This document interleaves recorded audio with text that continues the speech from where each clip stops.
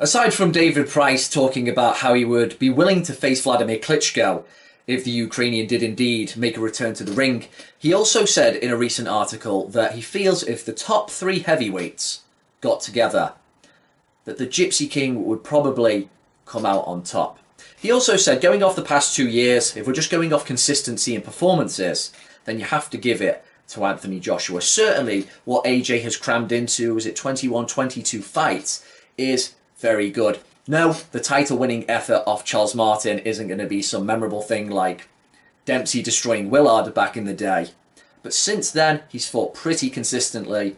Vladimir, Parker, Povetkin, all pretty good names on his record right there. Owns 4 of the belts and seems to have possibly the healthiest aspirations out of the 3 at the moment in terms of making the big fights. But Pricey talking about how Fury just seems to keep going and going in the ring, referring to probably how he managed to miraculously rise against Wilder in that 12th round, and how he has something special about him. He feels he would probably get the better of AJ. Now we're talking about a Fury who's not even at his best at the moment.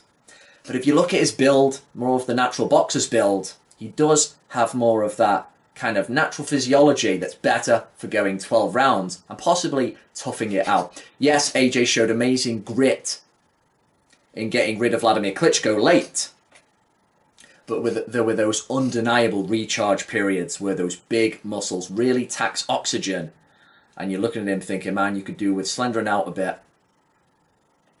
And he was almost stopped in that one before he managed to get that second wind. Now, no, Fury isn't going to be able to plant Joshua with that massive right hand like Vlad, but he might be able to tax and leech his energy in a different way by just consistently frustrating him by being even harder to hit. He really managed to reduce Wilder's output, which is normally low anyway, to the point Wilder landed about 3 good shots in the whole fight.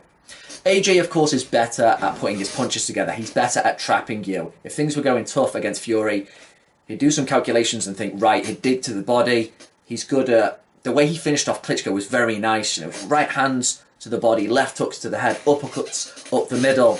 Much shorter and better punches than Wilder. Much better at putting them together. So he could possibly dig himself out of a hole.